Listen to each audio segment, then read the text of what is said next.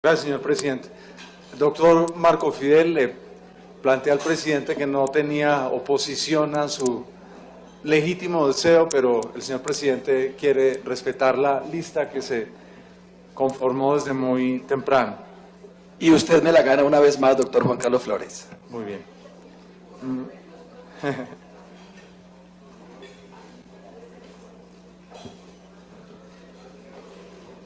Señor presidente, respetados miembros de la administración y apreciados colegas, una parte de los argumentos ya los presenté en la Comisión de Gobierno. La mayor parte de los argumentos no voy a repetirlos para no cansarlos y para tratar de... ¿Qué? Comisión de Hacienda, perdón, la Comisión de Hacienda y Crédito Público. Sobre tal vez uno o dos de ellos volveré, pero espero hacerlo muy rápidamente para centrarme hoy en tres reflexiones nuevas.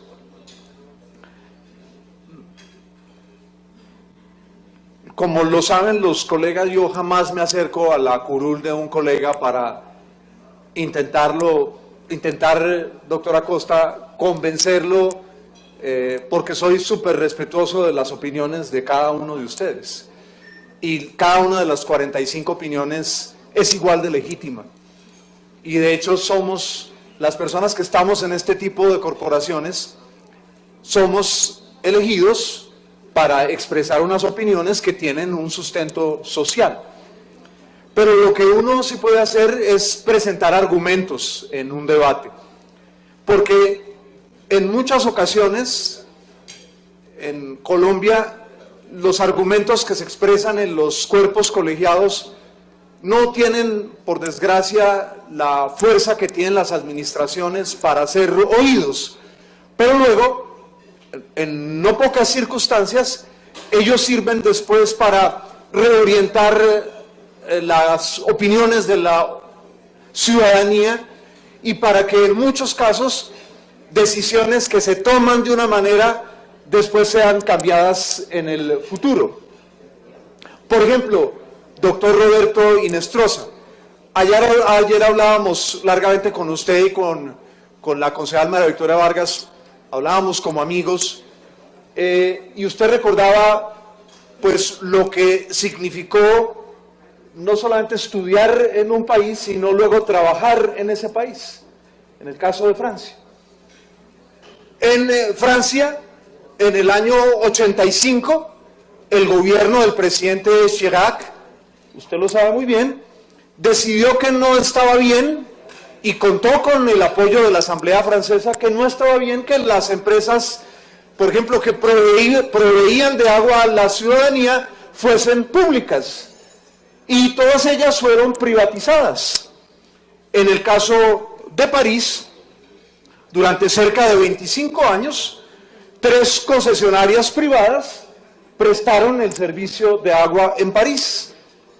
Pero 25 años después, un poco más, cerca de 25 años, en el año 2010, hubo un cambio en la opinión. Es decir, quienes en el 1985 habían estado en minoría, pasaron a ser mayoría en el 2010. Y hubo una decisión de que París retomase el control de la gestión de sus aguas y la prestase, como lo sabe usted muy bien, mi querido Roberto, una sola empresa, que no es un perfume, es Eau de Paris, que no es un perfume ni de Chanel ni de ninguna de las casas francesas. Hasta el momento la cosa ha funcionado divinamente. Entonces, yo soy respetuoso de la opinión de cada uno de los colegas, de las decisiones de las bancadas, y en ellas no pienso, ni más faltaba, entrometerme.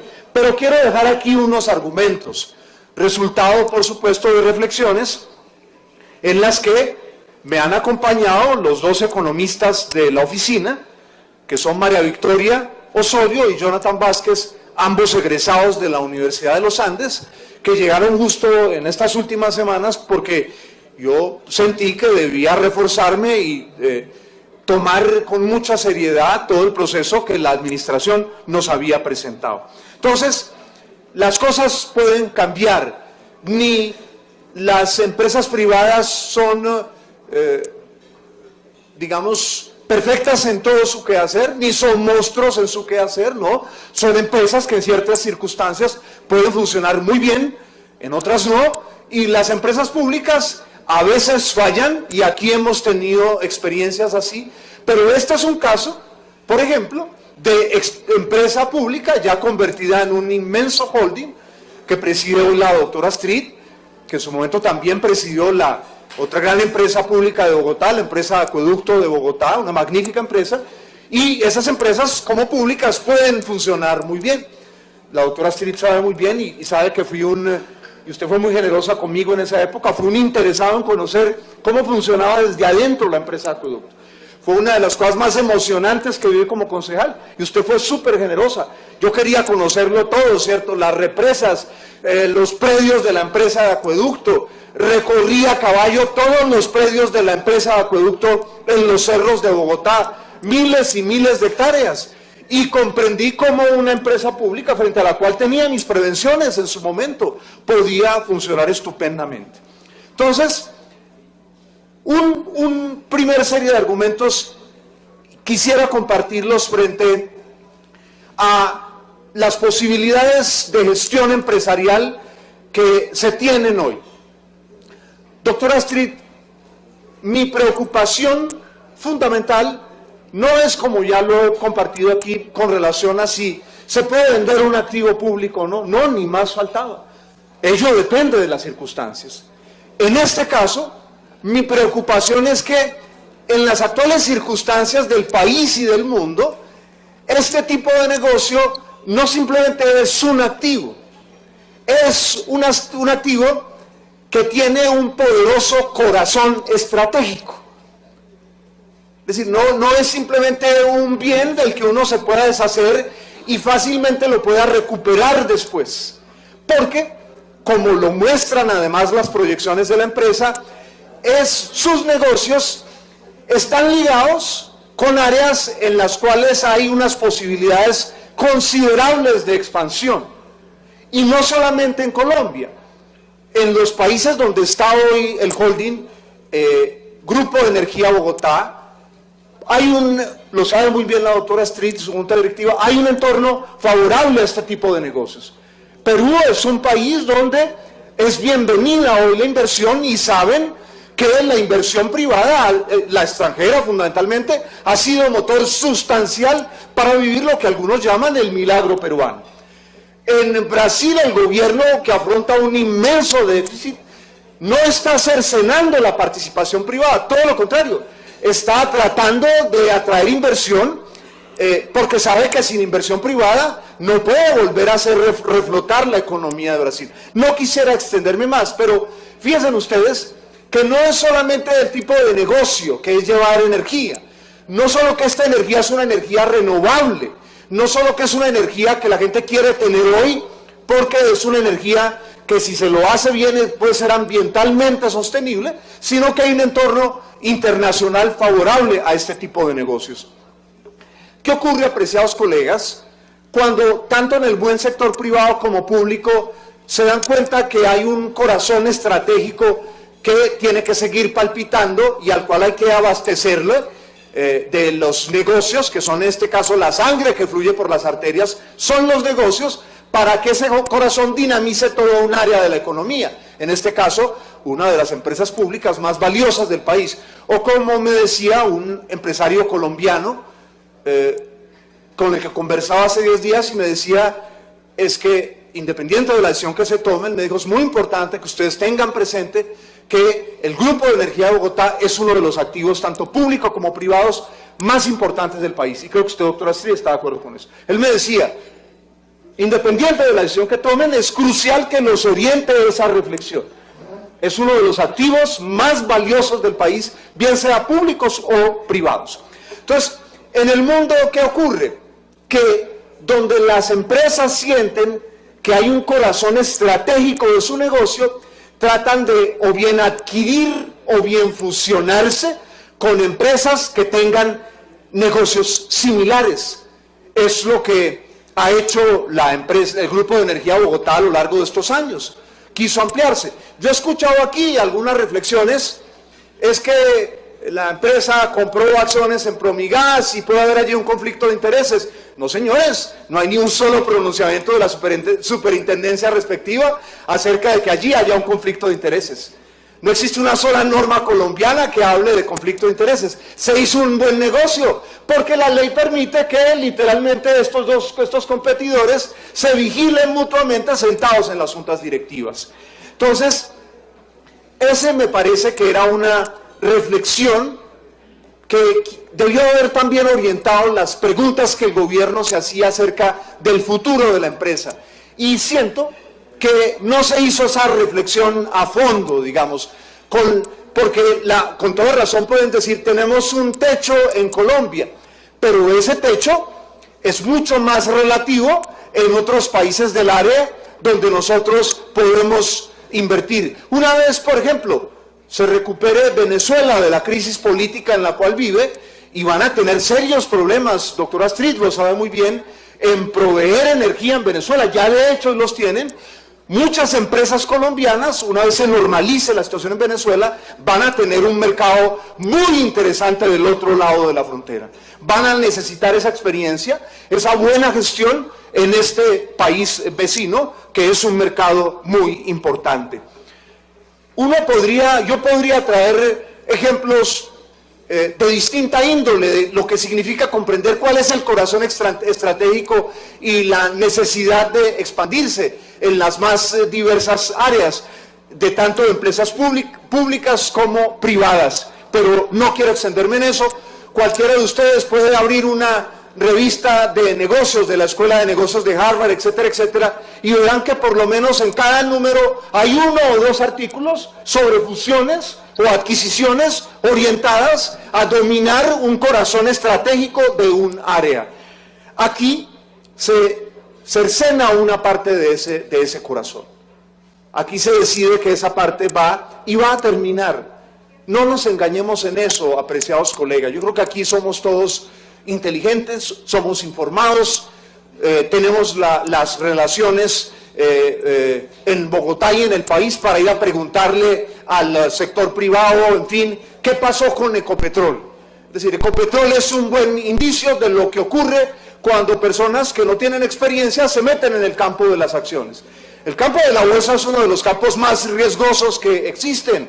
No en balde, ni siquiera las mejores firmas corredoras pueden asegurar, ni siquiera los fondos de inversión pueden garantizarle a usted una claridad total con las inversiones en la bolsa. Por eso se requiere de tener colchones inmensos para que la gente sea exitosa en la bolsa. Entonces, esto va a terminar en manos de grandes jugadores del sector privado.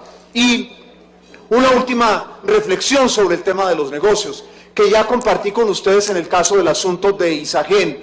Este es un momento de devaluación del peso, y cuando el peso se devalúa no es un buen momento para privatizar activos, porque quien compra, quien trae recursos que tiene fondeados en el exterior, bien sea un holding, bien sea un fondo de inversión o colombianos que tienen plata afuera y la traen a través de un fondo de inversión, la gente puede comprar a precio de huevo. Ese es otro elemento del análisis económico que está allí, objetivo, y que no podemos dejar de considerar. Por supuesto, hay un elemento nada desdeñable en todo esto, señor presidente, acerca de en qué van a ser invertidos los recursos. Hay que reconocerlo.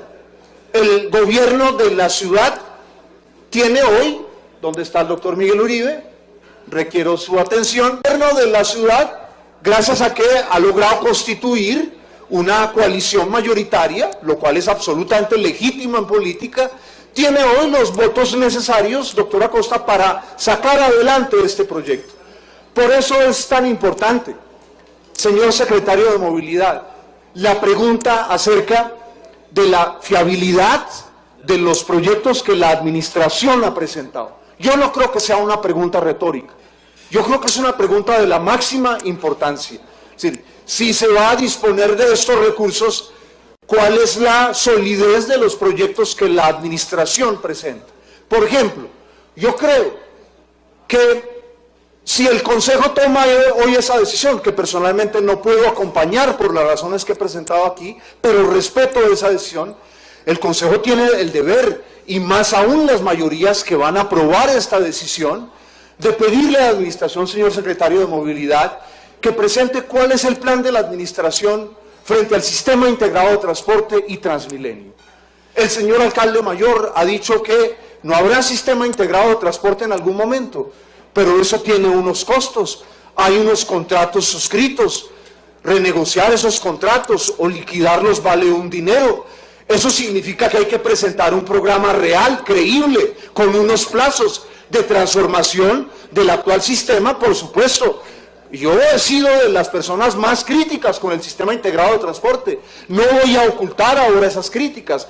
He advertido, este es el tercer gobierno que le ha advertido, mire el lío que ustedes van a heredar, pero no olviden, colegas, que parte de los recursos van a ser invertidos en la construcción de nuevas troncales de Transmilenio. Es muy importante saber, ustedes lo saben, colegas, no lo olvidemos, hasta antes de la existencia del Sistema Integrado de Transporte, el sistema Transmilenio era un sistema autosostenible,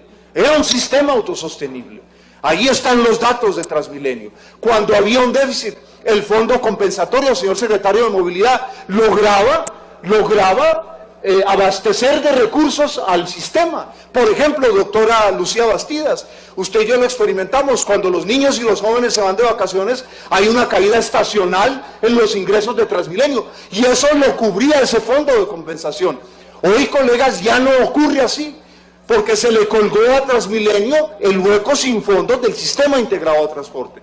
De manera, señor secretario de Movilidad, que es necesario, me parece a mí, que la administración, una vez aprobado esto, yo no estoy de acuerdo, pero eso va a ocurrir, le presente al Consejo qué va a hacer, porque, tu presidente, si se requieren recursos para nuevos troncales de Transmilenio, ¿quién va a rodar por allí? ¿En qué condiciones financieras se va a dar ese rodaje?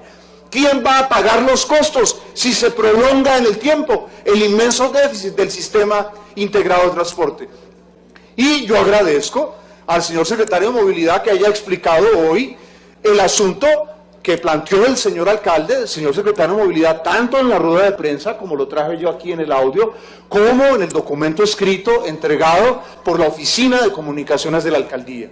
Allí, y no ha sido corregido, doctor Bocarejo, hasta el día de hoy, por la Administración Central, el señor alcalde dice trolebuses y buses eléctricos. Entonces, si ello no es así, yo le pediría a la Administración corrija, porque eso genera una duda. De hecho, señor secretario de Movilidad, yo tengo información que es fidedigna de funcionarios de la Administración, no es su caso, que han ido a conversar con ensambladores de buses sobre el tema de los buses eléctricos, de esta administración, no de la administración pasada. De manera que espero que entiendan, no es el asunto suyo, doctor Astrid, ¿cierto? Es otro asunto, pero espero que la administración entienda que estoy expresando una legítima preocupación, porque como lo expliqué la vez pasada, y ha coincidido el señor secretario de Movilidad, los buses eléctricos no podría ponerse en esos riesgos. Señor presidente, estos son entonces algunos de los argumentos